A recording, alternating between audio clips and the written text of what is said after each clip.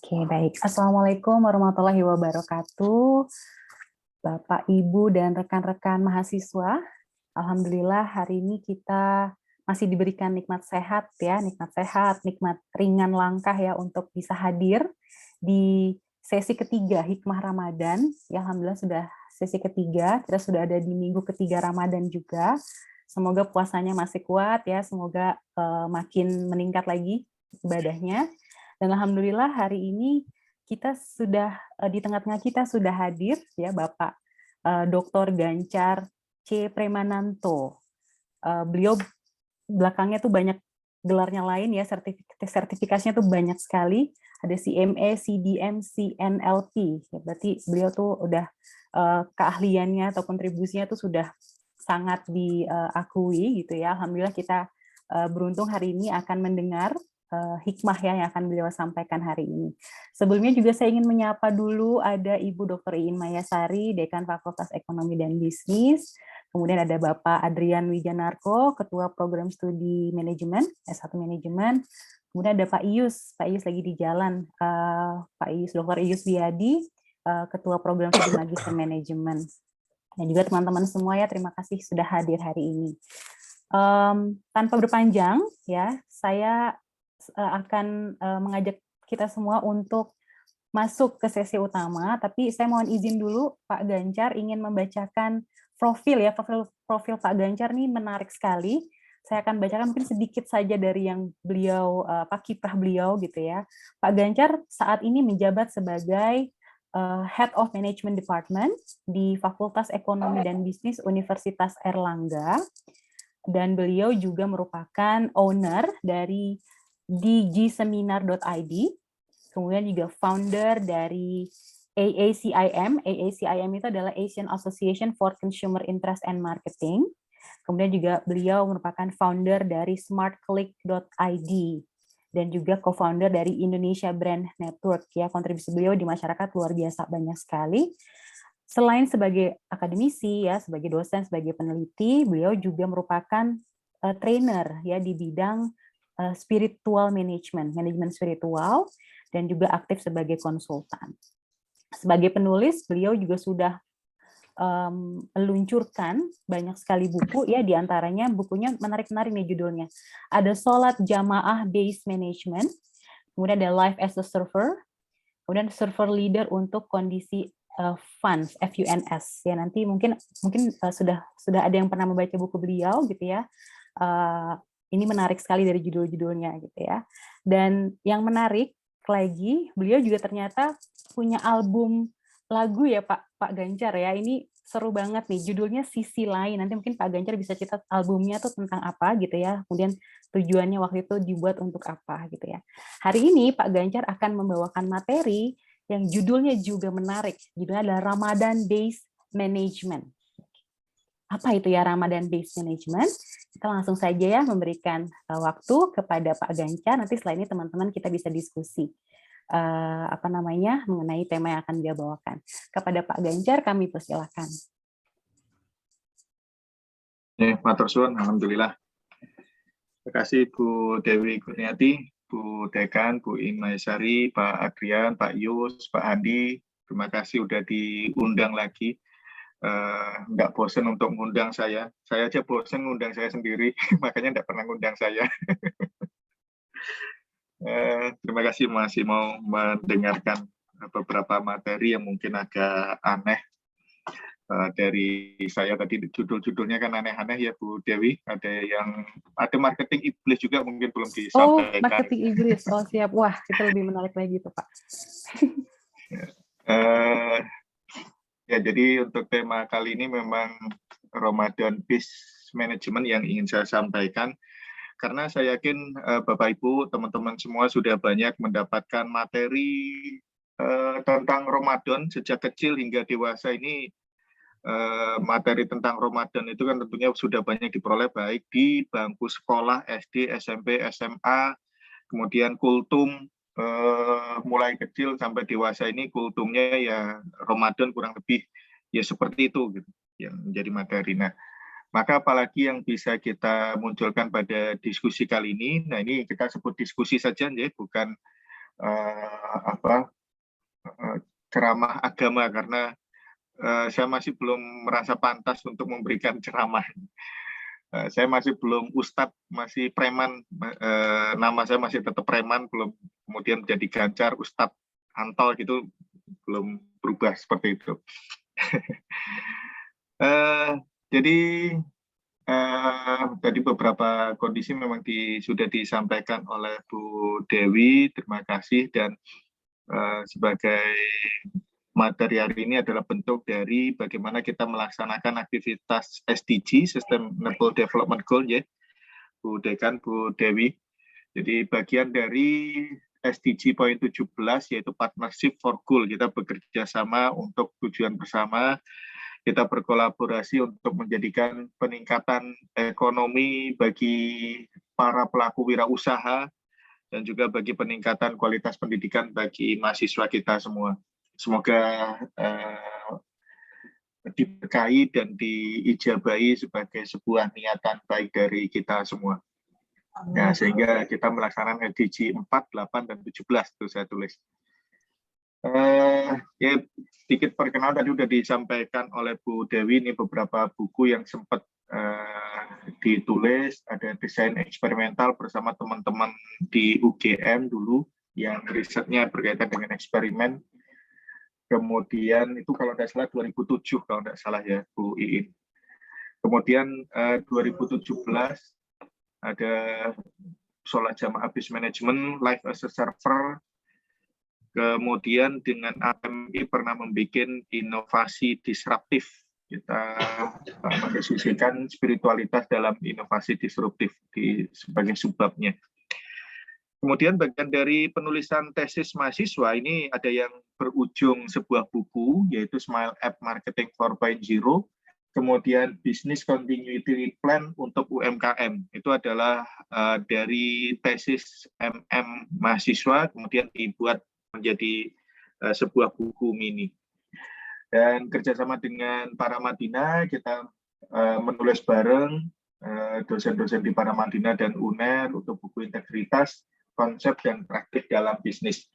Di masa pandemi juga alhamdulillah ada satu buku lagi dengan alumni MFEB UNER, yaitu Manajemen Krisis Berbasis Spiritual. Kita mendiskusikan tentang bagaimana sih penanggulangan krisis berkaitan dengan ajaran agama. Nah, tapi mungkin yang memang judul tadi yang saya sampaikan, marketing iblis, itu kita coba belajar bahwa iblis itu ternyata sudah melakukan aktivitas pemasaran yang target pasarnya adalah kita, manusia. Semuanya tidak ada pilih dulu, semuanya kemudian menjadi target pasarnya dari iblis. Dan kalau kita tidak mempelajari marketing iblis, ya bisa jadi kita kalah oleh marketing mereka. Dan belajar marketing iblis itu ternyata tidak saya kira lebih efektif, walaupun kemudian tidak selengkap materi yang kemudian disampaikan oleh Kotler. Di iblis tidak melakukan aktivitas yang 4T itu secara terintegrasi keseluruhan, tapi nanti ada beberapa fokus yang menjadi hal yang menarik untuk dipelajari. Dan itu saya dapatkan ketika perjalanan dari Jogja ke Surabaya membaca surat An-Nas. Jadi bagi saya surat An-Nas itu ada pembelajaran ilmu pemasaran yang sangat luar biasa. Selain belajar marketing iblis di situ, juga belajar tentang bagaimana cara mengalahkan musuh yang pada dasarnya kita merasa tidak mampu untuk melawannya. Dan itu kita dapatkan juga dari surat An-Nas juga.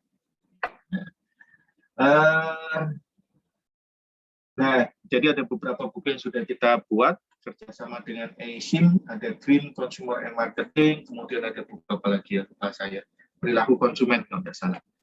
Nah, sisi lain itu beberapa lagu single aja Bu Dewi, itu kita mencoba masuk ke dunia lain. Dalam artian sebetulnya kan kita dibekali oleh Tuhan itu otak yang sebetulnya luar biasa. Asalkan kita mau belajar, mencoba sesuatu yang baru, insya Allah bisa.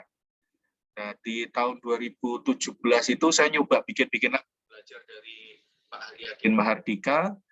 Beliau dulu adalah KPSMM UI, beliau bisa bikin lagu, maka saya tertantang untuk coba membuat lagu juga gitu. Dan ternyata bisa, satu lagu jalan, dua lagu, dan alhamdulillah sampai sekarang ada sekitar 8 lagu yang sudah saya buat, dan itu saya kira mungkin bisa dicari sendiri di SoundCloud dan YouTube, gratis, enggak kemudian ada bayar apa-apa kalau di SoundCloud.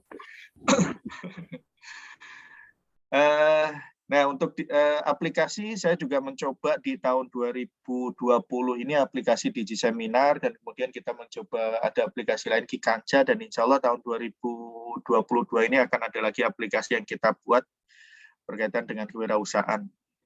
Nah, artinya kenapa kita mencoba sesuatu yang baru, karena memang tadi kita dibekali oleh Tuhan otak untuk belajar sesuatu yang baru. Maka kenapa kita tidak masuk ke hal-hal baru yang belum kita coba masuki. Jadi bikin buku sudah, maka kita coba apalagi yang belum. Bikin lagu sudah, nah coba untuk di tahun ini beberapa aplikasi. Nah, seperti itu pola pikirnya. Kita mencoba men-challenge diri kita sendiri, Bu Dewi. Nah, ini di hari ini kita juga coba mengaplikasikan ilmunya Cak Lontong. Ilmunya Cak Lontong ini saya kira perlu untuk kita terapkan, kita akomodasi, kita aplikasikan, yaitu ilmu mikir, gitu kan. Nah, ini termasuk yang tadi saya lakukan itu adalah pakai ilmu mikir. Apalagi ya yang bisa saya lakukan, apalagi ya kita buat, ini sudah bikin buku tentang ini sudah, apalagi buku yang belum dibuat, dan seterusnya. Jadi saya kira teman-teman yang mahasiswa bisa menggunakan ilmu mikir ini juga, apalagi yang kemudian bisa dilakukan. Berkaitan dengan Ramadan, apalagi nih yang bisa kita buat. Di beberapa tahun yang lalu kita ada bikin di YouTube itu manajemen spiritual. Ada sekitar berapa seri ya, 15-an lebih kalau tidak salah. Smart FM Surabaya, kita membuat materi singkat belajar manajemen spiritual itu, dan sudah banyak videonya. Nah, sekarang apalagi? Nah, konsep yang saya munculkan adalah Ramadan Based Management, belajar manajemen dari aktivitas Ramadan. Nah, ini aktivitas mikir nih, dapat ilmu apa gitu. Kalau yang dari kedokteran tentunya sudah banyak disampaikan dampak dari puasa terhadap kesehatan kita, kan sudah banyak juga ya Bu Dewi. Itu kalau kedokteran. Nah, saya bukan dokter. Walaupun dari Al-Qur'an itu alhamdulillah saya juga banyak dapat ilmu kedokteran tentang hidroterapi, itu belajar dari bagaimana malaikat Jibril itu mengajak ibunya Nabi Isa untuk bagaimana menghilangkan rasa sakit ketika akan melahirkan, dan itu pakai hidroterapi, diajarkan oleh malaikat Jibril. Nah, itu ada ilmu itu juga. Jadi hingga lebih banyak menggunakan hidroterapi itu juga, termasuk ketika wudhu, ketika mandi, itu menggunakan ilmu hidroterapi. Sambil diguyur, dalam hati kita istighfar, sambil berdoa semoga dihilangkan energi-energi negatif, karena tetesan wudhu kita itu kan dikatakan akan menghilangkan dosa-dosa kecil kita. Nah, jadi itu termasuk hidroterapi juga gitu bagi saya. Jadi sambil guyur kita kalau lagi pilek-pilek atau lagi nggak enak badan, nah itu malah mandi, saya kira menjadi salah satu obatnya. Nah, itu ilmu yang saya berusaha dapatkan dari Al-Quran dan hadis. Ya, sekarang ilmu mikir berkaitan dengan Ramadan. Saya yakin teman-teman nantinya, Bapak, Ibu, dan teman-teman mahasiswa, saya yakin nanti punya hal-hal lain yang bisa ditambahkan dari apa yang saya dapatkan. Nah, ini kita pakai ilmunya Cak Lontong nih, mikir gitu kan. Dan ilmu mikir ini sebetulnya sudah menjadi kaidah yang harus kita lakukan sebagai Muslim, karena ada sekitar 800 ayat dalam Al-Quran yang mengajak kita untuk berpikir. Jadi ajaran untuk menggunakan akal dan berpikir ini bahkan sifatnya bukan masa lampau bahwa ada aktivitas berpikir di masa lalu, tapi ini menurut saya yang saya baca ya, kembali lagi karena saya bukan ustadz, saya bukan santri, saya ya belajarnya hanya dari beberapa kiai dan ustadz saja. Nah, bahwa kemudian materi tentang aktivitas berpikir ini adalah merupakan kata kerja dan bukan kata benda. Kata kerja ini artinya sesuatu yang harus kita kerjakan secara terus-menerus. Jadi bukan bentuk kata kerja lampau. Nah, ini yang paham masalah bahasa, nah ini tentunya lebih paham tentang hal ini. Nah, jadi ada banyak ayat yang berkaitan dengan ajakan untuk berpikir. Nah, maka agama itu adalah sesuatu yang memuaskan pikiran kita dan membahagiakan, menenangkan hati. Kalau kemudian hati kita tidak tenang, akal kita tidak logis, nah berarti agamanya harus dipertanyakan. Jadi agama itu harus logis dan kemudian harus bisa menenangkan hati. Nah ini ajaran Al-Quran seperti itu, menantang kita untuk berpikir. Harus diyakini ajaran Al-Quran itu dan hadis semuanya logis, semuanya masuk pikiran dan bisa menjadi ilmu pengetahuan. Nah termasuk karena saya orang manajemen, karena saya orang pemasaran, maka saya mencari ilmu dari Al-Quran dan hadis. Kalau kita bisa percaya kepada Kotler, kenapa kita tidak percaya kepada Al-Quran sama hadis yang bisa memberikan ilmu-ilmu yang lebih basic lagi? Nah, itu yang saya yakini seperti itu. Contoh misalnya, ini contoh kemudian dari ayat Al-Quran yang mengajak kita untuk mengingat bahwa kebanyakan dari jin dan manusia itu mempunyai hati, tapi tidak digunakan untuk memahami, untuk mempelajari ayat-ayat Al-Quran. Dan seringkali kita hanya mencoba membaca untuk mencari pahala saja. Nah, maka kalau saya lebih tertarik bukan hanya membaca mencari pahala, tapi karena kita berada di dunia akademisi, ilmuwan, maka saya mencoba membaca dengan artinya. Karena kalau membaca tidak tahu artinya, itu bagaikan dengar atau lihat drakor, tapi tidak tahu bahasa Korea gitu kan. Ngomong opo kuwi ora ngeruh. Apalagi kalau lihat lagu pendengar lagu-lagu Korea gitu ya tambah enggak tahu lagi ya ini sebetulnya lagu sedih, lagu happy, lagu putus cinta atau lagu bunuh diri enggak tahu kita juga. Nah, jadi membaca Al-Qur'an itu berpahala, setiap ayatnya kemudian setiap hurufnya bahkan mempunyai pahala. Tapi kalau kita hanya sekedar mengejar pahala, nah saya kira itu bukan ranah di ilmuwan, kita harus mencari ilmu juga. Jadi memahami ayat-ayat Allah itu adalah menjadi tugas kita di dunia akademisi, di dunia akademik. Jadi ini yang kemudian mungkin bisa menginspirasi atau kemudian menstimuli Bapak Ibu teman-teman sekalian untuk melihat ada materi apa yang bisa didapatkan, materi-materi manajemen, pemasaran, keuangan, SDM dan lain-lain dari Al-Quran dan hadis. Dan yang kita pelajari hari ini adalah berkaitan dengan Ramadan. Nah, ini beberapa hal yang saya tuliskan berkaitan dengan ilmu yang didapatkan dari materi-materi ceramah para ustadz dan para kiai ketika kultum. Nah, itu apakah kita mikir lebih lanjut atau enggak? Ataukah kita hanya Ramadan itu kegiatan ritual? Ada sahur, ada buka, kemudian ada sholat taraweh. Apakah hanya ritual itu aja?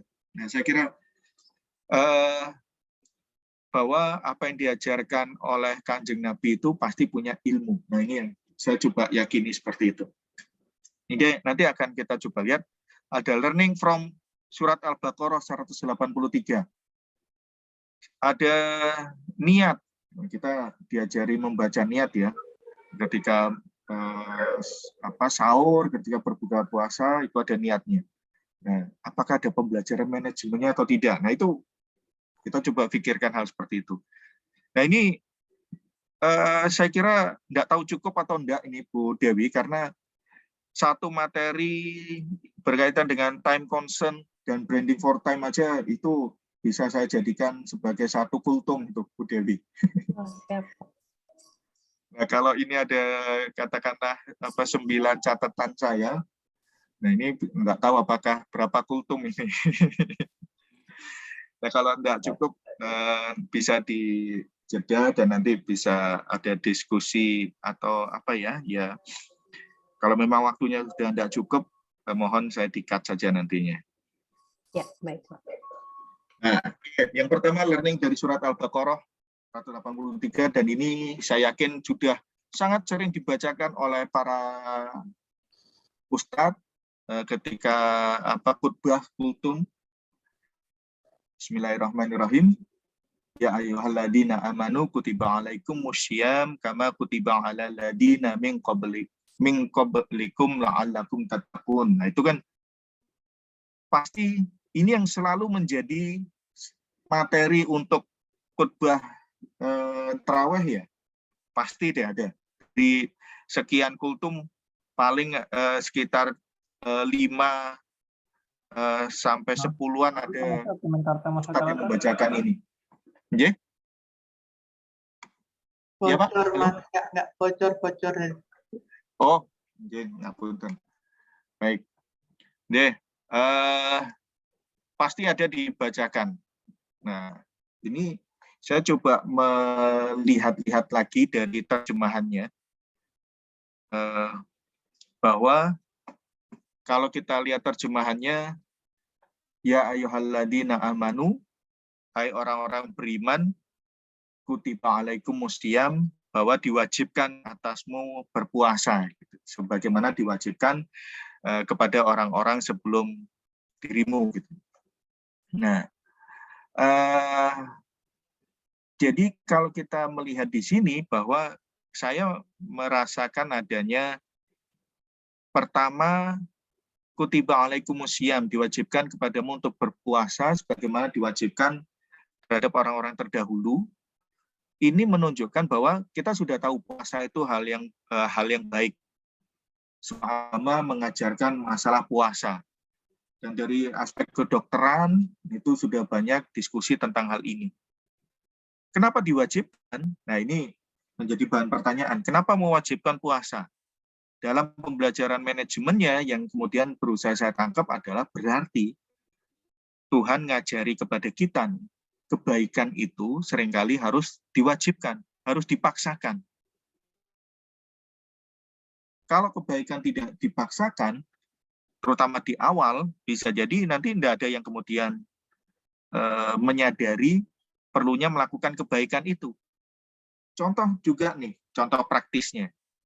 Kita di UNER ada semacam kewajiban bagi mahasiswa untuk publikasi. Itu bahkan di level dikti ada kewajiban itu terutama untuk yang S2, S3. Nah, kenapa diwajibkan? Kalau tidak diwajibkan, mereka tidak akan tertarik untuk mempublikasikan itu. Jadi, padahal itu penting baik yang bersangkutan maupun institusi. Nah, jadi sama seperti kemudian kewajiban puasa ini, bahwa diwajibkan karena bisa jadi kalau tidak diwajibkan, ya tidak akan dilakukan. Maka kebaikan itu seringkali harus dipaksakan, terutama oleh pimpinan, agar orang-orang merasakan nikmatnya, baiknya, serunya. Dan akhirnya kita merasakan dampaknya. Karena ada kewajiban untuk melakukan A, kewajiban untuk melakukan B, melakukan internasionalisasi, dan sebagainya. Alhamdulillah posisi, tadi saya munculkan di cover ya, alhamdulillah posisi QS ranking untuk manajemen itu meningkat. Dari tahun 2020 itu posisinya 451 sampai 500, kemudian 2021 meningkat menjadi 401 sampai 450. Tahun ini posisi untuk subjek bisnis and management mencapai 301 sampai 350 rankingnya. Jadi naik 100. Ya besok diundang lagi Mas Ganjar. Oh, kenapa?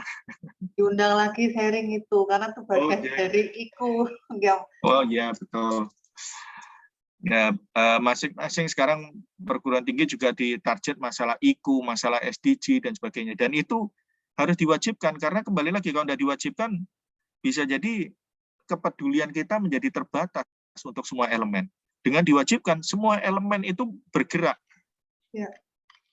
Nah, ini pembelajaran yang kemudian bisa kita dapat, pertama, should be forced. Kebaikan itu seringkali kemudian harus dipaksakan hadir. Kalau enggak, bisa jadi kalah dengan kejahatan, keburukan, yang mereka seringkali memaksakan kehadirannya di tengah-tengah kita. Kemudian di ayat tersebut juga ada penentuan tujuan. Nah, tujuannya adalah agar kamu bertakwa. La'alakum tattaqun. Bahwa dalam aktivitas berorganisasi, ya harus ada kemudian setting juga. Manajemen based objektif, jadi manajemen yang berbasis pada tujuan. Tujuannya apa? Goal-nya apa? Dalam manajemen, ya perencanaan yang strategik itu penting. Harus kita tetapkan tujuannya dulu, maka kemudian strategi, program-program itu mengarah ke sana. Jadi kita juga seperti itu. Kita ditarget untuk 100 besar dunia misalnya. Nah, untuk menuju 100 besar dunia itu menjadi goal-nya, maka aktivitasnya, strategi, program-programnya apa saja yang harus dilakukan.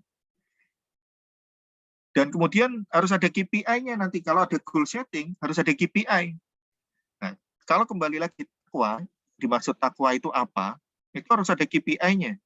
Apakah kemudian aktivitasnya lebih baik dibanding tahun sebelumnya, lebih baik dibanding bulan di luar Ramadan,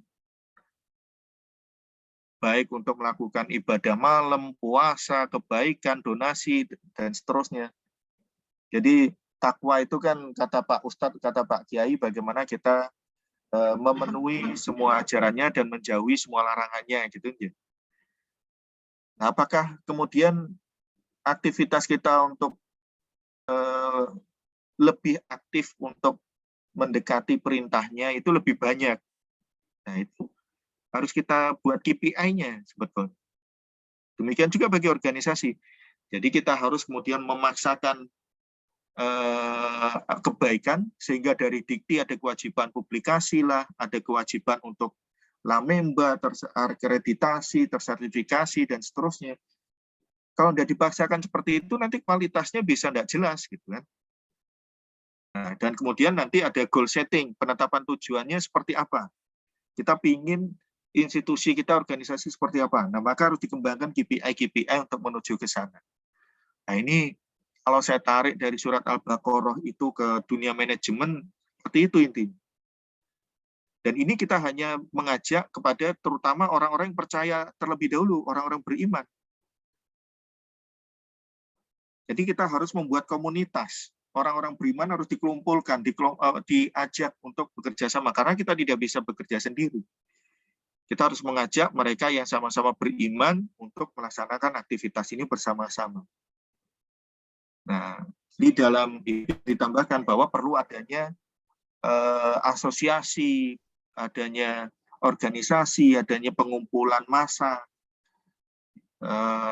yaitu kita mengajak orang-orang memang percaya terhadap apa yang akan kita lakukan ke depan.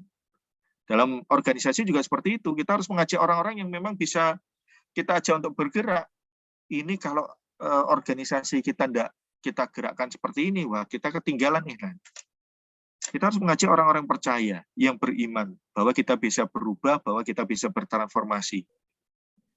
Wah, itu pembelajaran manajemen yang mungkin kita bisa dapatkan seperti itu kalau saya. Kalau Bapak, Ibu, teman-teman punya hal lain, silakan, mungkin bisa ditambahkan. Nah, saya hanya bisa mengatakan, walau a'lam bishawab, hanya Allah yang tahu, tapi apakah yang saya sampaikan benar atau salah, tapi yang saya yakini adalah kurang lebih seperti itu. Nah, yang kedua, pembelajaran berkaitan dengan masalah niat untuk berpuasa. Niat itu, seperti yang saya munculkan di buku Sholat Jamaah Based Management, niat itu mengandung visi dan misi. Dalam sebuah kegiatan bisnis, we have to set vision and mission. Kita mau kemana, dan kita berada di bidang apa. Nah, niat puasa itu juga sebetulnya mengajarkan kepada kita untuk seperti itu juga.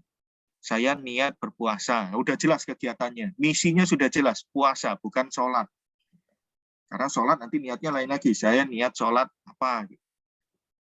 Jadi misinya sudah jelas. Puasanya di bulan apa, ini ada time limit, ada timeline yang jelas, yaitu masalah waktu. Kalau sholat duhur, asar, maghrib, nah itu ada perhatian terhadap waktu juga. Jadi ada kegiatan dan ada kemudian perhatian terhadap waktu. Kita laksanakan kapan. Dan yang lebih penting lagi adalah bahwa perencanaan yang kita lakukan itu diajarkan sebaik mungkin kita karena Allah, lillahi ta'ala. Karena itu akan menjadi ibadah bagi kita. Apapun kegiatan kita, kalau kemudian lillahi ta'ala, karena Allah, nah maka akan menjadi ibadah. Makan, minum, jalan kaki, semuanya bisa jadi ibadah. Kalau kemudian niat karena Allah. Kecuali kalau perbuatan jelek, mencuri karena Allah, yang tidak mungkin. Menggabungkan antara keburukan dengan kebaikan itu tidak akan mungkin bisa bersatu. Berbuat negatif karena Allah tidak mungkin.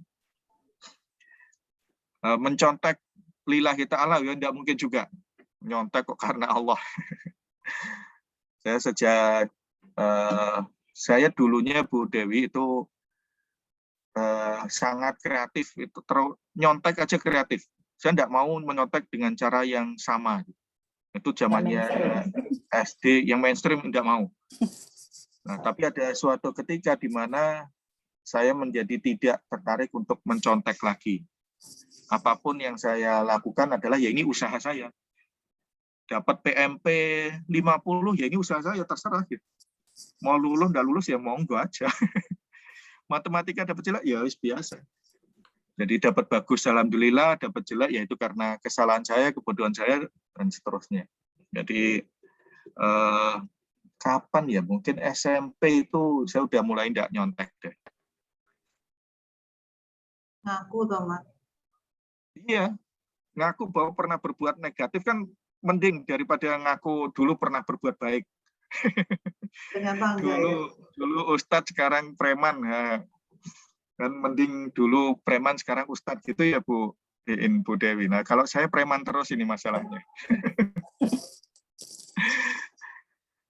Ya, jadi sesuatu negatif tentunya tidak bisa karena Allah. Nah itu, jadi pembelajaran bagaimana niat puasa pun sebetulnya kita bisa tarik nilai manajerialnya. Gitu. Asalkan kita mau mikir tadi menggunakan konsepnya Cak Lontong, apa ya ilmu yang bisa kita dapatkan dari sini. Jadi ini yang sebetulnya sabar itu juga seperti itu nantinya. Sabar itu adalah dengan melihat sebetulnya Tuhan itu menghadapkan kita hal ini. Itu kenapa? Ada ilmu apa yang berusaha disampaikan kepada kita. Nah, sebetulnya hidup itu kurang lebih seperti itu. Kita proses pembelajaran yang tidak pernah berhenti, yaitu karena ilmu bisa jadi dihadirkan oleh Tuhan kapanpun, kita ketemu siapa, kita ketemu dengan apa, itu adalah waktu bagaimana kita bisa berpikir dapat ilmu apa. Bahkan lihat drakor saja bisa jadi dapat ilmu apa dari situ. Nah, yang ketiga adalah masalah time concern, perhatian terhadap waktu. Saya kira Islam adalah agama yang sangat-sangat perhatian terhadap waktu.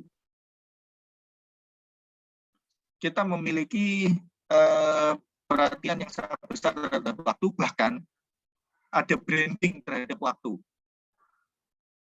Dan perhatian itu semakin besar di masa Ramadan ini, karena Bapak Ibu, teman-teman sangat perhatian terhadap waktu imsak sudah belum, gitu kan? Waktu subuh sudah atau belum, terutama waktu buka tinggal berapa menit lagi. Perhatian terhadap waktu itu sangat penting di masa bulan Ramadan ini. Yang poso beduk, ya ini sudah duhur atau belum, udah lewat yang poso beduk. Tapi yang anaknya masih latihan itu kan selalu memperhatikan gitu untuk waktu duhur gitu aja, udah. Jadi perhatian terhadap waktu sangat tinggi. Bahkan yang memberi nama ini waktu imsak, ini waktu maghrib, ya Islam gitu kan. Kan kalau dalam versi apa ya bahasa sehari-hari pagi, siang, sore, malam gitu ya. Tapi kita kemudian ada kosakata baru, oh ini waktu subuh. Ya karena subuh itu punya siapa? Punya orang Islam. Ini waktu imsak. imsak subuh, ada waktu duha di pagi hari gitu kan gitu. Dan di sore hari ada ini waktunya asar, kemudian maghrib. Nah itu adalah waktu-waktu yang kemudian brandingnya itu adalah oleh agama Islam. Nah ini pembelajaran untuk Suaranya agak ini, Mas. pengetahuan gitu. Ya. Mohon maaf, saya agak dekat aja kalau gitu. Nah, saya mengajarkan gini untuk pelajaran, saya kan juga mengajar manajemen merek. Nah, di manajemen merek itu saya mengajarkan branding itu termasuk ajaran agama. Karena apa? Gerakan saja diberi nama. Oh, ini takbir. Ya, terus kemudian ada gerakan rukuk, gerakan sujud. Gerakan itu diberi nama. Hari, waktu diberi nama. Jadi nilai penting pemberian nama, branding itu ya diajarkan oleh agama Islam. Gitu. Gerakan, waktu, semuanya ada namanya. Nah, jadi ini yang kemudian menjadikan nilai perhatian terhadap waktu itu menjadi lebih tinggi. Kalau dunia Barat mengenal adanya time is money, itu menurut riwayatnya disampaikan oleh Benjamin Franklin tahun 1748 dalam apa ya kutipannya di buku tentang advice to young tradesmen. Nah, jadi ada muncul remember the time is money. Jadi Benjamin Franklin di situ membuat nilai opportunity cost dari sebuah suaranya agak itu pecah-pecah. Wah, berarti sinyalnya ya. Saya udah teriak-teriak dari tadi ya ini. Dengar sih Mas, tadi cuma agak kayak pecah gitu. Gitu Mbak Dewi ya. Oh gitu. Apa ya? Baik, ini saya udah mulai dekat ini. Nanti kalau tambah dekat lagi malah hidung saya kelihatan gede nanti enggak bagus untuk diri. tambah dekat enggak bagus juga untuk diperhatikan. Baik, Ismani itu banyak orang yang menyatakan ini adalah konsep yang dimunculkan oleh Benjamin Franklin ketika beliau mengingatkan pada generasi muda, anak-anak muda tentang nilai kemalasan. Bahwa ketika kita malas, kita tetap keluar duit. Ada dana yang kita expend untuk membiayai kehidupan kita. Untuk makan, untuk minum, ada biaya untuk expend. Tapi kita kehilangan kesempatan untuk mendapatkan uang. Itu biaya dari kemalasan. Maka Benjamin Franklin memunculkan remember that time is money. Waktu itu duit. Dengan waktu, kita bisa mendapat uang untuk membiayai kehidupan kita.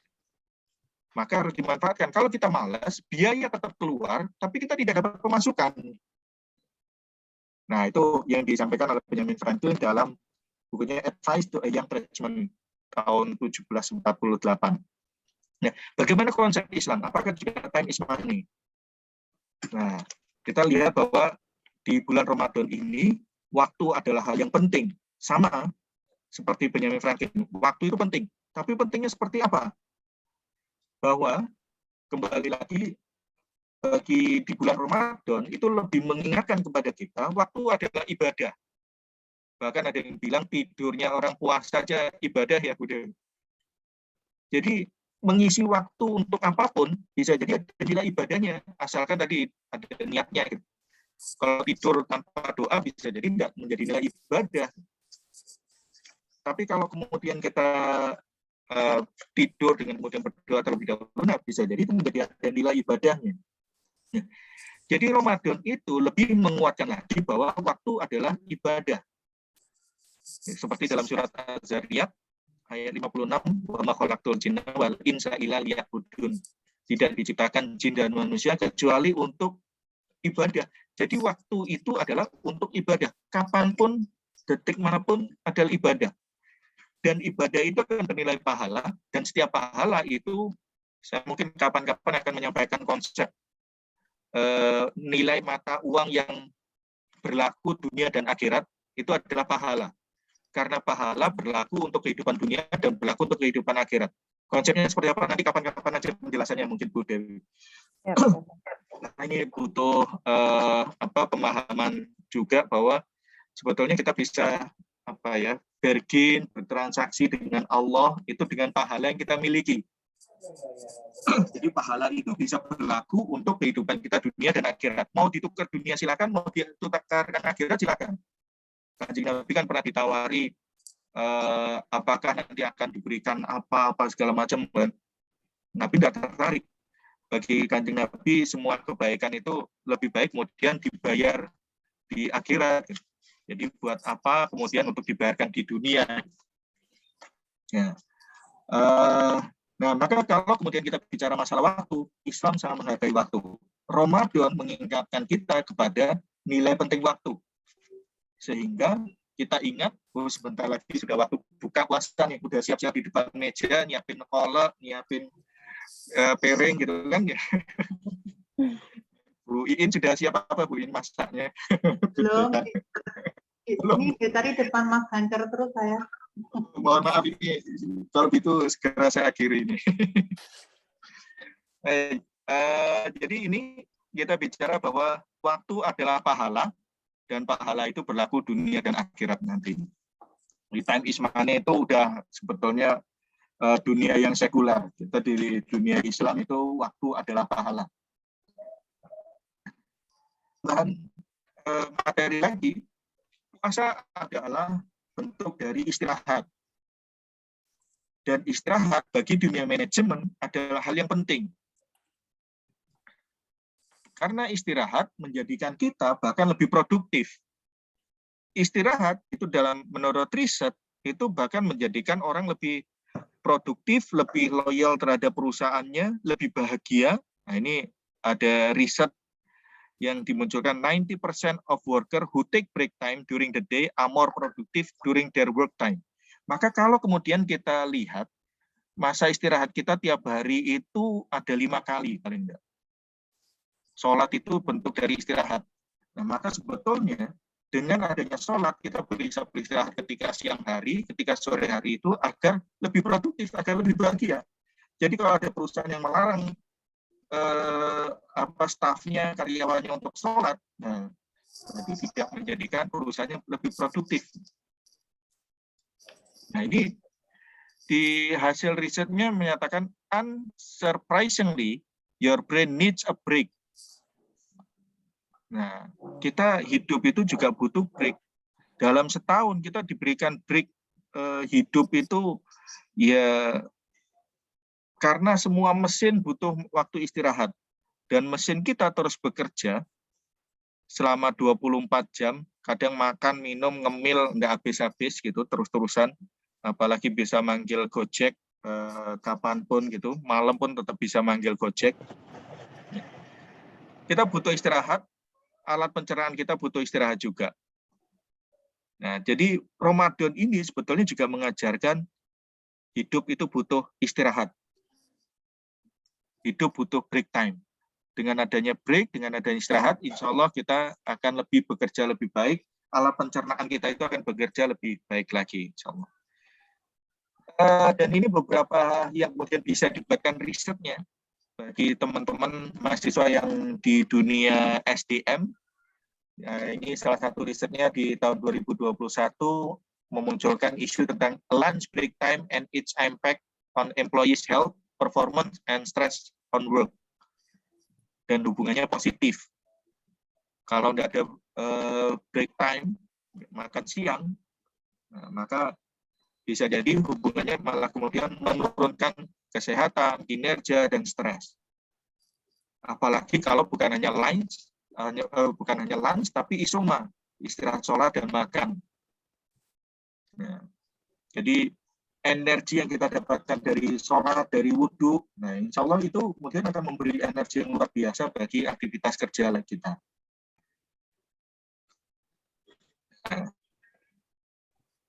Nah, atau belum waktunya? Ini karena masih banyak lagi nih Bu Dewi. Silakan Pak, masih ada waktu ya. Nggak apa-apa Mas. Oke. Nah, Ramadan itu juga disebut sebagai Syahrus Sabr. Jadi ada penamaan Ramadan itu sebagai bulan sabar. Karena kita dilatih untuk menjadi sabar dan tenang. Dan kesabaran tenang itu menjadi penting. Kenapa? Karena di akhir nanti, insya Allah sebetulnya kita diharapkan menjadi pribadi yang tenang. Kalau Bapak Ibu tentunya hafal surat Al-Fajr ayat 27 gitu. Yang artinya kurang lebih wahai jiwa yang tenang, ya ayuhan nafsul mutmainnah. Itu kalau di lagunya Kiai Kanjeng, Cak Nun itu kan biasanya di lagu zaman dulu itu ya Tombo Hati ya. Tombo Hati itu kan kemudian ada dibacakan oleh Cak Nun itu ya ayuhan nafsul mutmainnah irji'i ila rabbiki rabbiyatan mardiyah. Wahai jiwa yang tenang, kembalilah kepada Tuhanmu dengan hati yang ridho dan diridhoi. Bapak Ibu, teman-teman, yang saya pahami adalah kita sebetulnya di akhir nanti, di akhir masa kita nanti untuk menjadi husnul khotimah, itu harapannya hati kita tenang. Hati yang tenang itu akan cocok dengan kondisi rumah kampung halaman kita. Kita membayangkan surga itu kan tidak tenang, nggak ada keributan, rame-rame, nggak tukaran, banting-banting piring kan. Kita nggak bayangkan kondisi pasar yang dan tetangga yang apa namanya reseh gitu ya. Jadi kondisi surga itu ya kita bisa gambarkan ini suasana yang tenang, kita liburan damai gitu ya. Nah, kondisi yang seperti itu tentunya mengharapkan hati yang juga sesuai. Ini kita bicara masalah kalau The Secret itu kesesuaian frekuensi, kesesuaian aura. Jadi kondisi yang tenang itu ya akan cocok dengan hati yang tenang. Jadi kalau ingin nantinya husnul khotimah, akhir yang baik, ya kita harus berlatih mempunyai pribadi yang tenang. Nggak gampang galau, naik turun, gampang panik. Ada apa naik, upload turun, gampang marah, gampang. Nah, kita tidak diharapkan menjadi pribadi yang seperti itu. Kalem gitu, tenang. Gitu. Nah, dan di dunia manajemen, pengambilan keputusan itu sangat dipengaruhi oleh ketenangan seorang leader. Kalau leader itu tenang, maka keputusan yang diambil juga lebih baik dibanding kalau leadernya gampang panik.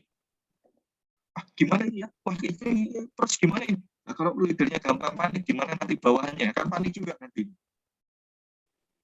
Maka saya pernah membuat materi tranquilizing leader, pemimpin yang menenangkan. Di situ cerita tentang, saya ambil dari surat An-Naml, surat tentang kisah yang muncul di situ adalah Nabi Sulaiman dengan semut, dengan pasukan sekelompok semut. Nah, di surat An-Naml itu ada kisah di mana Nabi Sulaiman suatu ketika dengan pasukannya itu harus melewati sarangnya semut. Nah, bisa dibayangkan kalau pasukan Nabi Sulaiman lewat, bukan hanya dari golongan manusia, tapi golongan hewan dan jin gitu ya. Dan bisa kita bayangkan pakai gajah nih, gedung gitu. Maka apa yang terjadi? Nah, ini yang menarik ya, bahwa di surat tersebut diceritakan bagaimana Nabi Sulaiman yang raja dari berbagai makhluk, baik manusia, hewan maupun jin, itu bahkan belajar dari seekor semut. Belajar dari kepemimpinan semut. Sehingga dikisahkan beliau tersenyum sampai terlihat giginya. Dan bersyukur kepada Allah terhadap apa yang ditampakkan oleh Allah tentang peristiwa tersebut. Jadi apa yang terjadi? Dalam ayat yang muncul tersebut 17 sampai 18 19 bahwa pasukan Nabi Sulaiman lewat dan kemudian ada semut yang kemudian menyampaikan kepada teman-temannya, "Hei semut, masuklah ke dalam sarang-sarangmu. Kalau nanti ada yang terinjak, itu adalah bukan karena kesalahan Nabi Sulaiman." Jadi ini adalah bagaimana berhadapan dengan krisis, itu pimpinan semut tadi menenangkan untuk masyarakat semut agar nggak panik, masuklah ke dalam sarang. Ini diberikan solusi Jadi dengan tenang memberikan keputusan, masuklah ke dalam sarang. Ini solusinya. Jadi di masa krisis kita harus punya solusi dengan cepat, tapi juga menenangkan, tidak bikin marah. Apa yang dilakukan oleh Raja Semut itu, kan kalau kita bicara semut sama gajah ya Bu Dewi, itu kan kayak mainan anak-anak itu. Kan gajah itu akan kalah sama semut ya Bu Dewi. Ya, betul. Kok bisa gajah kalah dengan semut? Coba. Di cerita fabelnya seperti apa Bu Dewi? Kenapa gajah kalah sama semut? Kalau nggak salah dia masuk ke telinga terus gigit gitu ya? Ya, Kalau nggak betul. salah ya. Jadi cerita fabelnya, cerita hewannya kan semut itu bisa masuk ke telinga gajah sehingga digigit gendang telinganya. Gajah itu kemudian kesakitan menabrakkan diri ke pohon, ke batu sehingga mati gitu. Nah, jadi bisa jadi pasukan semut itu sebetulnya ngajak gitu. Kalau nanti ada yang terinjak pasukan kita akan balas dendam. Kita akan datangi gajahnya dan kemudian kita masuki telinganya. Kan bisa gitu ya, Bu. Tapi tidak dilakukan, bahkan kemudian menenangkan kalau nanti ada yang terinjak, itu karena mereka tidak tahu. Jadi positive thinking terhadap Nabi Sulaiman itu tidak akan mencederai, tidak ada niat buruk terhadap pasukan semut. Nah itu pembelajaran yang sangat luar biasa yang dipelajari oleh Nabi Sulaiman sehingga beliau sampai tersenyum, padahal ini raja dari segala makhluk, jin dan manusia tadi dan hewan, tapi kemudian masih mau belajar dari semut. Nah ini yang luar biasa pemimpin seperti itu. Dan belajar bagaimana menjadi pemimpin yang menenangkan, bukan malah pemimpin yang nggupui, bikin galau. Ini bagaimana nih kita harus menghadapi ini? Wah, kalau pemimpinnya galau nanti kaumnya ikut galau juga. Bosnya aja bingung lah gimana kita gitu. Nah, salah satu pembelajaran yang saya dapatkan dari masa pandemik itu adalah ya dari wirausaha mahasiswa bimbingan saya itu dia juga menceritakan, ya saya harus berbuat sesuatu Pak, kalau enggak gimana nanti anak buah saya, gitu kan. Jadi ya dia harus tetap berpikir sesuatu. Nah, untuk berpikir sesuatu yang baik maka harus berpikir tenang dan memang harus bergerak karena anak buahnya juga enggak tahu harus bagaimana. Nah, maka di artikel HBR, Harvard Business Review juga disampaikan, great leaders are thoughtful and deliberate, not impulsive and reactive. Tidak kemudian ceroboh, tidak kemudian gampang galau, gampang panik, gitu kan. Tapi mereka bisa memutuskan dengan tenang, dengan penuh pertimbangan. Nah, dan Ramadan itu mengajarkan kepada kita untuk menjadi pribadi yang sabar. Bahkan bukan hanya untuk menghadapi hal yang haram, hal yang halal aja loh kita harus sabar ya Bu Dewi. Makanan halal aja harus sabar untuk tunggu waktunya. Berhubungan suami istri walaupun halal harus tunggu juga. Jadi hal-hal yang halal pun harus ketika ini ada diperintahkan, dan Ramadan itu memberikan ujian siapa yang kemudian kelompok yang baik, siapa yang tidak. Itu akan ada segmentasi pasar nanti, ada segmentasi yang kita buat untuk orang-orang yang beriman. Berimannya seberapa dalam nih. Nah, jadi akan dilihat dari puasanya, dari sholatnya, dari perintah-perintah lainnya, dipatuhi atau tidak. Jadi sebetulnya Ramadan itu hanya ujian, terutama untuk melihat orangnya sabar atau tidak, kalem atau tidak, tenang atau tidak. Nah ini Ramadan adalah syahrus sabar, bulannya orang sabar, dan sabar itu bukan hal yang mudah. Sabar itu bukan hanya sekedar bilang ngelus dada sabar, sabar, gitu. Tapi tetap dongkol. Sabar itu bukan kegiatan yang pasif, tapi sabar itu kalau yang saya pahami adalah kegiatan yang aktif. Sabar yang aktif itu adalah dengan melihat kenapa ini kira-kira dihadapkan kepada kita ya. Nah, kan kita sering dihadapkan dengan orang-orang negatif ya Bu Dewi. Nah, kalau kita positive thinking kepada Tuhan, kepada Allah, maka kita bisa mikir, kenapa ya orang ini kok dihadapkan kepada kita? Kenapa kita dapat masalah ini ya? Kenapa orang ini tiba-tiba ngerasani seperti ini? Nah, itu kemudian kita melihat sebuah fenomena itu, harus kemudian melihat siapa yang dibalik fenomena itu. Dalangnya itu tentunya Tuhan, gitu. Tentunya Allah yang menjadi dalang. Kenapa orang itu dihadapkan kepada kita kok tidak kepada orang lain? Kok kemudian ngerasani kita, tidak ngerasani yang lain, dan seterusnya. Nah, jadi sabar itu aktif dengan kemudian positive thinking-nya ada, positive thinking kepada Allah, dan kemudian mencari ada ilmu apa di balik peristiwa ini. Bisa jadi kita dihadapkan dengan sesuatu menjadikan kita sabar itu pertama karena ada ilmu baru yang kita dapat, bahwa kita tidak boleh berlaku yang sedemikian. Yang kedua bisa jadi karena kita dulu mungkin pernah berlaku demikian kepada orang lain, menzalimi orang lain tanpa kita sadari. Nggak tahu. Maka bisa jadi beberapa hal itu yang mungkin terjadi, ada pembelajaran agar kita tidak menzalimi orang lain, atau karena kita tak pernah menzalimi orang lain di masa lalu, sehingga ini kesempatan bagi kita untuk evaluasi diri, istighfar, dan seterusnya. Nah, jadi sabar itu adalah sesuatu yang aktif, menjadi orang yang tenang, kalem itu aktif, positive thinking. Karena itu yang juga sebetulnya nanti kita pelajari dari NLP, Neuro Linguistic Programming. Kita mentransfer energi positif ke dalam diri kita, untuk kemudian kita juga menjadi lebih positif melihat segala sesuatu. Dan ini pembelajarannya, saya ini menasihati diri sendiri juga, Bu Dewi. Jadi bukan mengingatkan orang lain, tapi mengingatkan diri saya sendiri, karena aktivitas sabar itu ujiannya sepanjang waktu. Tiba-tiba nanti dihadapkan dengan pimpinan yang seperti apa, bawahannya seperti apa, teman kerja seperti apa, mahasiswa seperti apa. Arah sabar itu bisa dari berbagai macam. Bisa dari teman, bisa dari anak, dari istri, dari tetangga, macam-macam. Maka belajar sabar untuk menjadi tenang itu prosesnya panjang. Tapi kembali lagi ke surat Al-Fajr tadi, ya ayuhan nafsul mutmainnah, wahai jiwa yang tenang. Yang dipanggil itu yang jiwanya tenang, Bu. Kembalilah kepada Tuhanmu dengan hati yang ridho. Ridho kita melihat bahwa oh ini adalah memang sesuatu yang dihadapkan Allah kepada kita, ridho gitu. Dan diridhoi, kemudian masuklah ke dalam jamaah hamba-hambaku dan masuklah ke dalam surgaku. Nah, janjinya surga ini.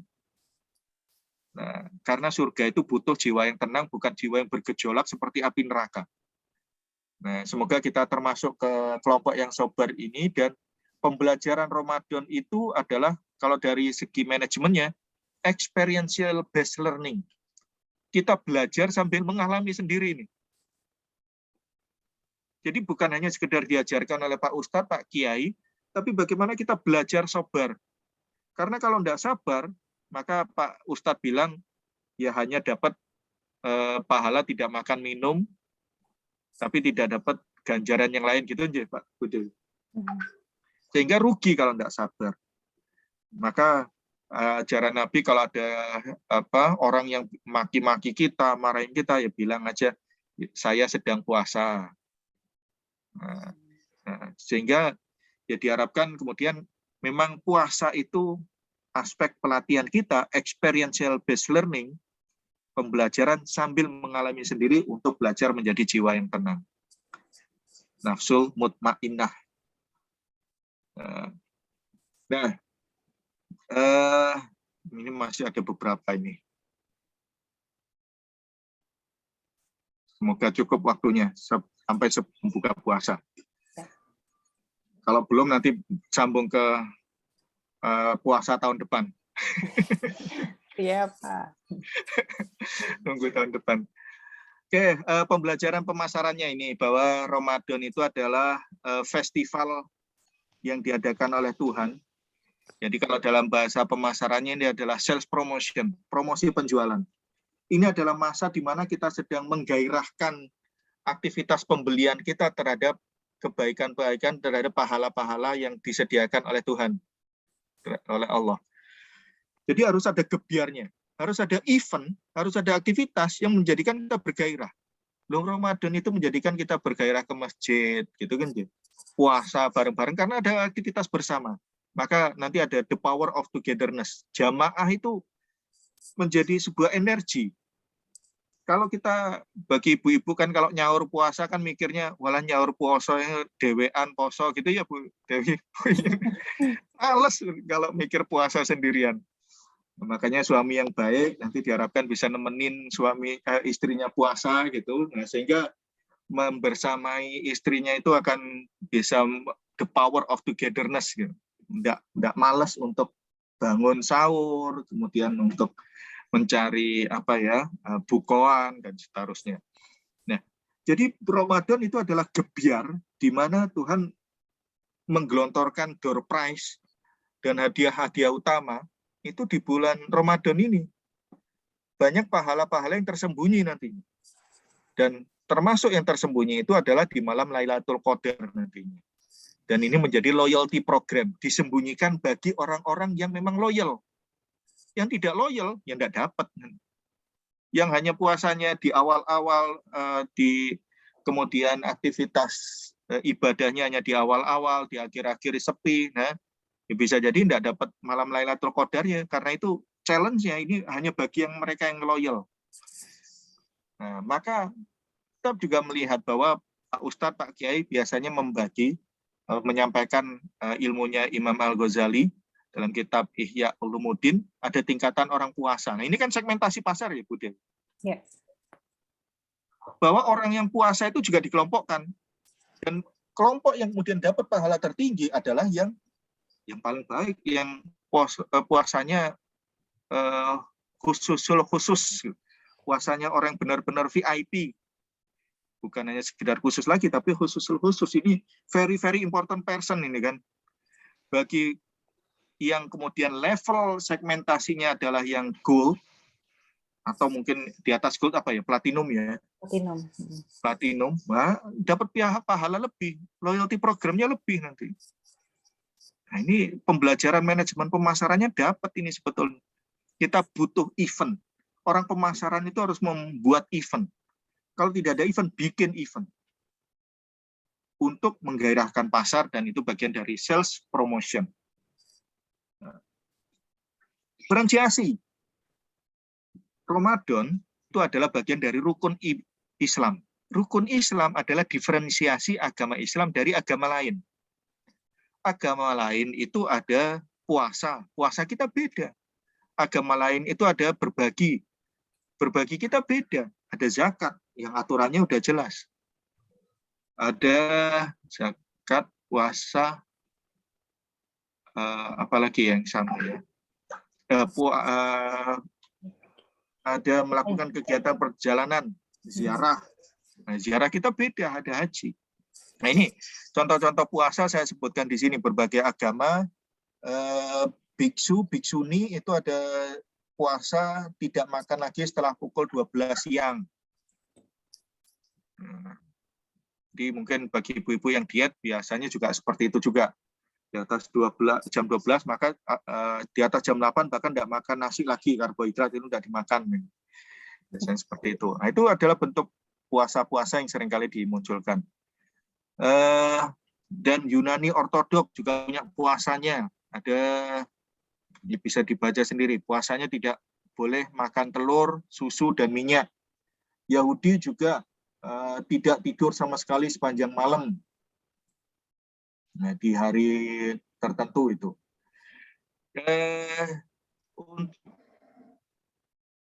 Hindu ada puasa Nyepi yang kita sudah ketahui bersama juga, bahwa mereka tidak makan tidak kemudian kalau perlu kemudian tidak bukan perlu, bahkan tidak pati geni juga ya, kalau tidak salah, puasa untuk listrik segala macam, jadi bergelap-gelapan. Kristen itu sebetulnya ada yang disebut Lent, puasa Prapaskah. Tapi saya yakin tidak banyak umat Kristen yang kemudian mengikuti ini sebetulnya. Karena jarang mendengar ini sih saya kalau di Indonesia. Nggak tahu kalau teman-teman di Jakarta banyak yang melihat ini.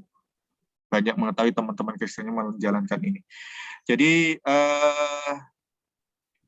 berpantang, terutama bagi yang berusia 14 tahun ke atas, berpantang untuk selama 7 hari, yaitu di hari Rabu Abu dan setiap hari Jumat hingga Jumat Agung, dianjurkan memilih makanan atau minuman kesukaan. Jadi pantangannya malah tidak minum atau makanan yang menjadi sesuatu yang disukai. Daging, coklat, gula, kopi, dan seterusnya. Nah, tiap agama itu juga punya puasa. Nah, puasa kita ada diferensiasi. Berbagi, kita ada zakat 2,5%. Itu aja Enggak semuanya menjalankan itu. Kristen ada 10%, 10%, lebih tinggi. Jadi setiap agama punya aktivitas untuk berbagi kepada sesamanya. Nah, dan itu menjadi diferensiasi, karena itu ada rukun Islam. Jadi rukun Islam itu bagi saya itu adalah ajaran Kanjeng Nabi tentang masalah the importance of differentiation. Jangan ikut-ikutan dong. Harus berbeda. Power of jamaah, kebersamaan. Dalam konsep keilmuannya ada istilah di ilmu politik, the power of crowd. Di ilmu psikologi, social conformity, as phenomenon, social pressure. Jadi ketika yang lain melakukan aktivitas apa, kita juga cenderung akan melakukan aktivitas yang sama, ikut-ikutan. Di dunia keuangan ada herding behavior. Nah, jadi kita harap di bulan Ramadan ini kemudian ada jamaah itu menjadikan kegiatan menjadi lebih mudah, lebih ringan karena dilakukan bersama-sama. Nah, tadi ya itu tadi kalau nyaur puasa, nah itu menjadi lebih berat kayaknya kalau puasa sendirian. Tapi kok bersama-sama lebih mudah. Kemudian Ramadan itu mengajarkan kepada kita bukan hanya belum minallah, belum minanas, tapi juga bagaimana kita membahagiakan diri kita sendiri dengan cara membahagiakan orang lain. Nah, ini aktivitas berbagi diharapkan ditingkatkan. Kenapa berbagi harus ditingkatkan? Agar kita bisa bahagia. Karena bukan hanya Islam yang mengajarkan, dunia psikologi juga sudah melakukan riset. Kalau kita ingin bahagia, caranya adalah dengan membahagiakan orang lain. Jadi aktivitas berdonasi untuk sedekah, infak, zakat, infak, sedekah itu adalah untuk kebahagiaan kita. Sehingga sebetulnya puasa Ramadan itu totally for our health, for our happiness. Nah, jadi di dunia kerja juga seperti itu. Di dunia bisnis kita mengenal ada CSR. Kenapa harus CSR? Agar perusahaannya bahagia. Kalau kemudian perusahaan tidak melakukan aktivitas CSR, bisa jadi tidak akan bahagia nanti. Jadi berbagi dengan orang lain, membahagiakan ring satu, membahagiakan konsumen, maka dampaknya konsumen akan bahagia, dia akan bisa membeli produk dengan harga lebih premium. Itu berbagai riset pemasaran menunjukkan hal itu. Perusahaan yang melakukan CSR akan bisa memberikan harga lebih premium. Dari aspek SDM, konsumen juga akan lebih bahagia, konsumen internal atau karyawan juga lebih loyal. Mereka akan lebih turn off, intention to turn out, itu akan turun. Mereka tidak akan tertarik untuk keluar dari perusahaan itu. Karena mereka juga akan bangga dengan perusahaannya. Kalau seseorang bangga dengan perusahaannya, tentunya dia tidak ingin untuk keluar dari perusahaan itu. Dan kebanggaan itu diantaranya adalah karena orang lain tahu reputasi dari perusahaan itu baik, gitu kan? Jadi membangun aktivitas berbagi itu adalah untuk kebahagiaan kita. Nah, Ramadan mengingatkan bukan hanya hubungan kita kepada Tuhan, tapi hubungan kita dengan sesama itu adalah semuanya untuk kebahagiaan kita sendiri. Nah, itu yang materi bisa saya sampaikan. Saya yakin Bapak Ibu, teman-teman bisa mendapatkan ilmu lain, karena ini masih di hari ke-17 ya insya Allah. Kita di tanggal 20 kurangi 3, kira-kira 17 ya. Nah, jadi masih ada 13 hari, 13 kultum lagi, insya Allah lebih banyak ilmu yang bisa didapat, tapi yang lebih penting adalah bagaimana ilmu itu bisa jadi amal jariah kita.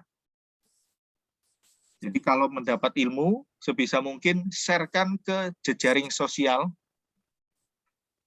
Kalau bisa juga tulis menjadi sebuah buku, karena bisa jadi ketika kita meninggal nanti, itu tetap bisa dibaca oleh orang lain.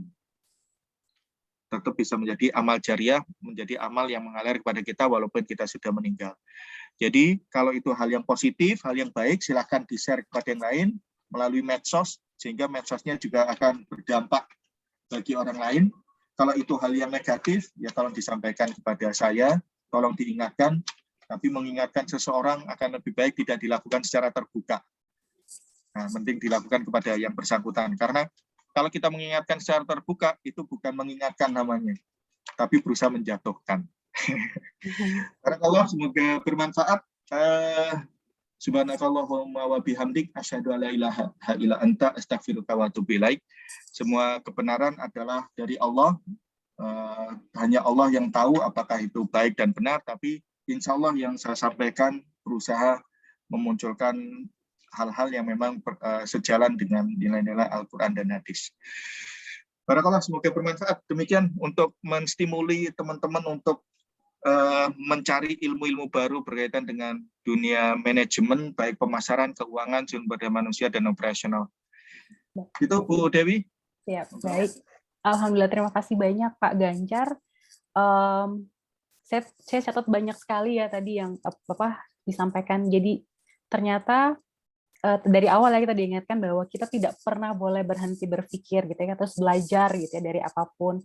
Dan tadi ternyata dari aktivitas ibadah di bulan Ramadan itu sebenarnya kita sudah mengaplikasikan bagaimana proses manajemen yang baik gitu ya. Ada proses manajemen sumber daya manusia, pemasaran, keuangan, operasional gitu ya, yang tadi ternyata kalau kita terapkan dari ibadah-ibadah Ramadan kita itu akhirnya kita bisa menghasilkan satu proses manajemen yang holistik gitu ya, menyeluruh, dan nanti hasilnya pasti akan menghasilkan hasil yang optimal gitu ya. Jadi ada intention, bagaimana visi misi itu penting, niat gitu ya. Terus ada time concern, bagaimana ya kita harus disiplin waktu gitu ya. Kemudian ternyata istirahat itu penting untuk penyegaran gitu ya, supaya kita bisa inovasi lagi, bisa menemukan hal-hal baru. Emotional intelligence ya, bagaimana kita sebagai individu dan nanti kita sebagai individu dalam organisasi, sebagai pemimpin utamanya itu kita bisa belajar sabar ya dari kegiatan-kegiatan di Ramadan, dan relationship, hubungan kita dengan sesama manusia, dengan lingkungan gitu ya, yang kita ajarkan ya dengan stakeholders gitu ya kalau dalam manajemen itu menjadi penting gitu, dan kita bisa belajar dari apa yang kita lakukan selama Ramadan. Banyak ya yang bisa kita gali, mungkin kita masih punya waktu untuk berdiskusi dari teman-teman, mungkin ada yang mau disampaikan, mungkin ada kegalauan-kegalauan yang mau disampaikan, mau ditanyakan, silahkan. Kalau nggak pada galau, Mbak. Nggak pada galau ya, alhamdulillah kalau gitu. Kalau nunggu waktu buka, kalau kolaknya belum jadi. Kalau saya galaunya ini Pak Ganjar, kan kalau di Ramadan itu kan event ya, betul ya tadi Bapak bilang ada event. Jadi kita tuh ada euforia gitu. Jadi ada alasan untuk ibadahnya lebih baik, sholat tepat waktu, kemudian sedekahnya lebih banyak. Nah, ketika Ramadan selesai, kadang-kadang kita kehilangan istiqomah gitu ya. Jadi kehilangan konsisten. Nah, gimana ya Pak supaya kita bisa tetap jaga itu gitu, dan kalau kita kaitkan dengan manajemen kan juga itu penting ya, konsistensi dalam pengelolaan organisasi dan yang lain-lain. Ya, nah kembali lagi kepada yang konsep yang pertama tadi, la'alakum tatakun tadi, KPI-nya seperti apa? Nah, salah satu KPI-nya kan tidak hanya berlaku ketika masa pelatihan. Nah, KPI itu harus kemudian kita lihat setelah pelatihan apakah kemudian berlangsung atau tidak. Dan saya kira ini bukan hanya bagi Bu Dewi, ke saya juga. Dan bukan hanya untuk dari Ramadan ini kemudian setelahnya, tapi saya juga mengevaluasi, kayaknya Ramadan dulu saya bisa jadi lebih baik deh dibanding Ramadan yang sekarang. Bahkan mungkin Ramadan ketika masa anak-anak saya mungkin lebih baik dibanding Ramadan sekarang. Nah, itu kan kita memang harus mengevaluasi diri kita sendiri. Jadi lebih baik kita menghisap diri kita sendiri, apakah kita memang menjadi pribadi yang lebih baik ataukah ya malah menurun. Nah, itu kita harus membuat KPI bagi diri kita masing-masing. Nah, satu hal sebetulnya di balik semangat yang sebetulnya tinggi itu, saya kira kalau saya lebih cenderung untuk melihatnya gini ya, bahwa Tuhan kan juga lebih suka Allah lebih suka sesuatu yang walaupun kecil, tapi itu dilakukan secara kontinu, terus-menerus, konsisten, secara sustain. Dalam bahasa kekinian ada sustainability. Sehingga walaupun kemudian kita berhalangan untuk melakukan aktivitas tersebut, nah itu misalnya sakit atau apa, itu tetap dihitung pahalanya. Jadi begitu penghargaannya, apresiasi dari Allah terhadap aktivitas yang kecil kita tapi sustain. Nah, maka kita coba pilih apa kegiatan Ramadan ini yang kita tetap bisa sustain setelah di luar Ramadan. Walaupun itu kegiatan yang simpel, kecil, itu bisa kita lakukan terus-menerus setiap harinya. Nah, itu saya kira kita harus menjaga paling tidak itu saja yang kemudian kita lakukan. Nah, saya misalnya gini, kalau saya tidak berusaha untuk khatam apakah sehari atau sebulan, tapi khatam saya itu, saya coba lebih rutinnya membaca itu hanya 1 ain setiap hari. Tapi sama artinya. Nah, paling tidak setelah subuh, itu membaca 1 ain dengan artinya. Alhamdulillah itu udah khatamnya beberapa kali dalam, tapi tidak tahu khatamnya setelah berapa bulan gitu kan, Bu Dewi.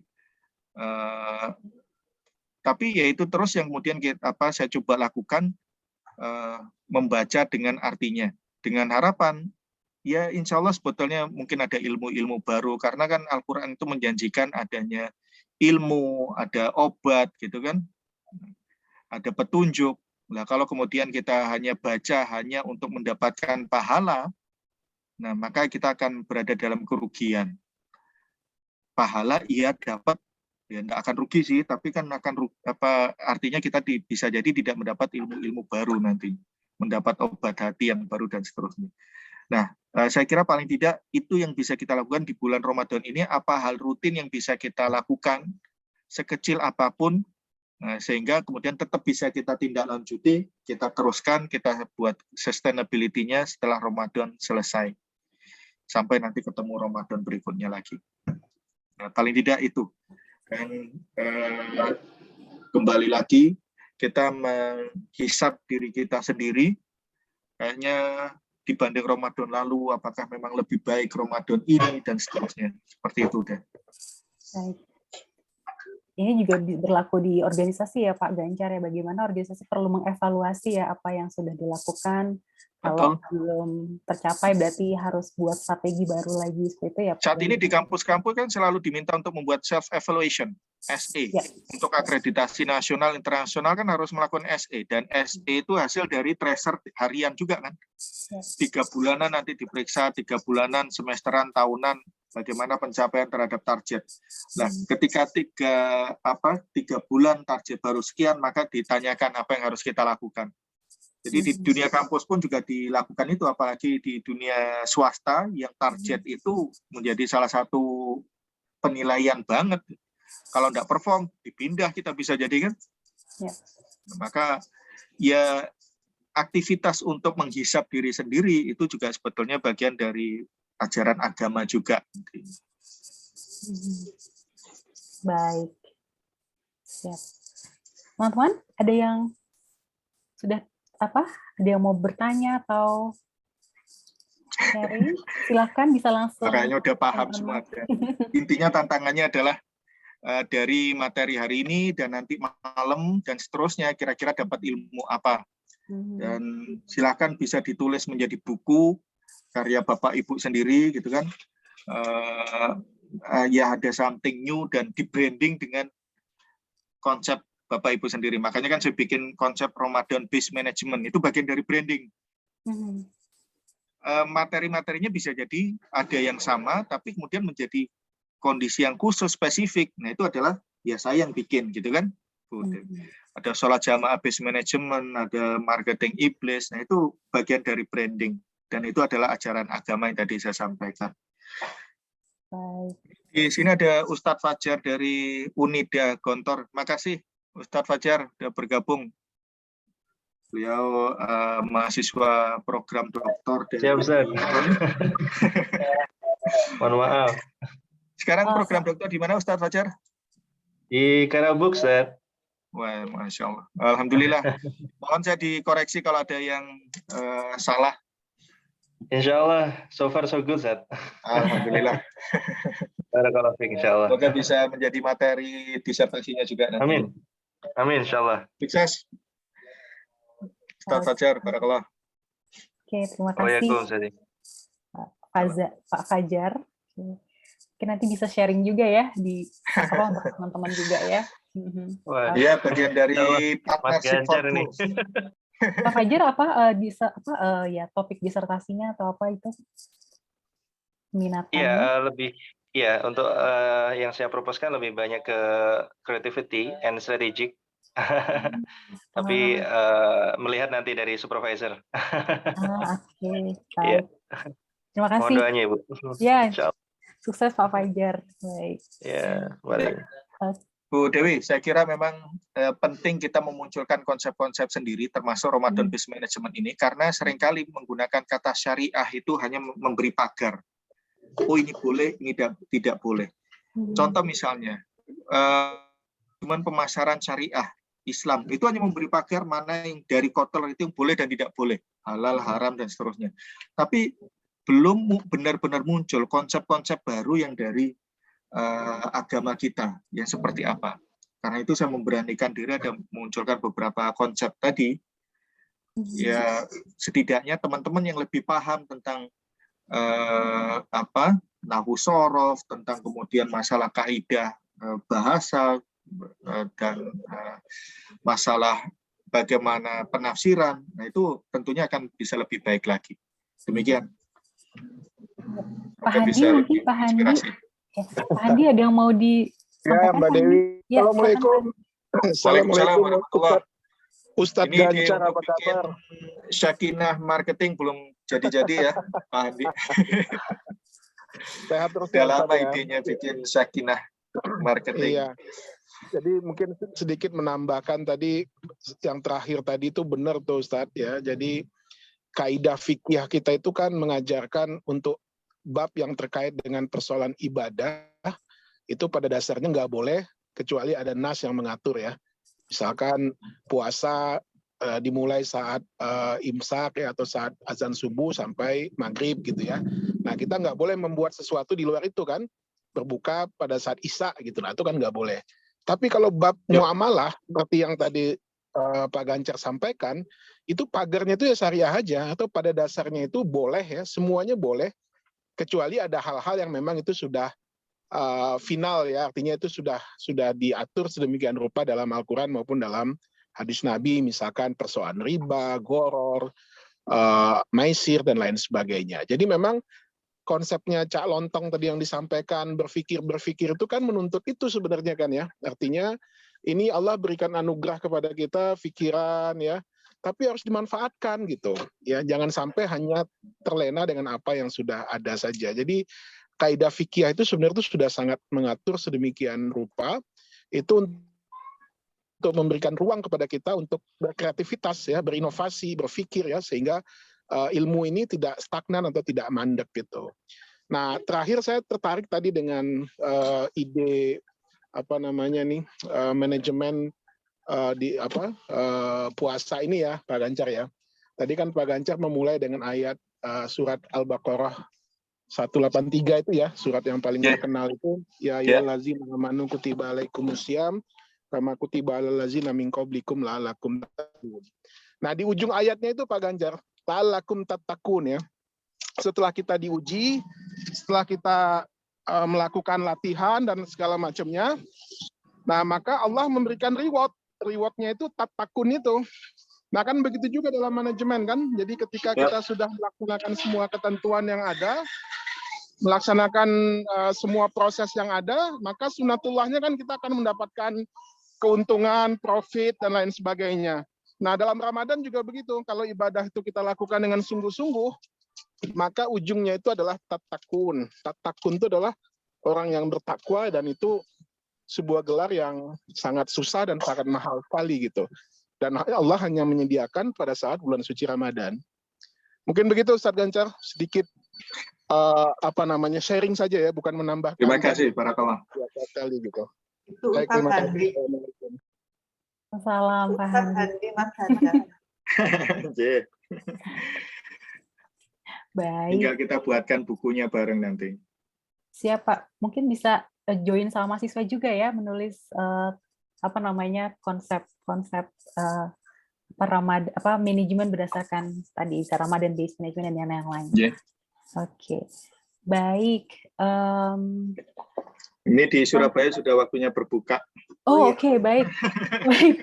Mohon maaf Pak Gancar. Baik kalau gitu Bapak Ibu, rekan-rekan mahasiswa yang lain, terima kasih banyak. Terima kasih banyak juga paling besar kepada Pak Gancar yang sudah berbagi hikmah hari ini. Semoga kita mendapatkan manfaat ya dan bisa memperbaiki diri kita selalu. Saya izin untuk menutup pertemuan kita hari ini. Alhamdulillahirabbil alamin. Assalamualaikum warahmatullahi wabarakatuh. Waalaikumsalam warahmatullahi wabarakatuh. Terima kasih Pak Ganjar. Terima kasih Bu Dekan. Mbak Dewi, Pak teman-teman Andi, Pak Dio. semuanya.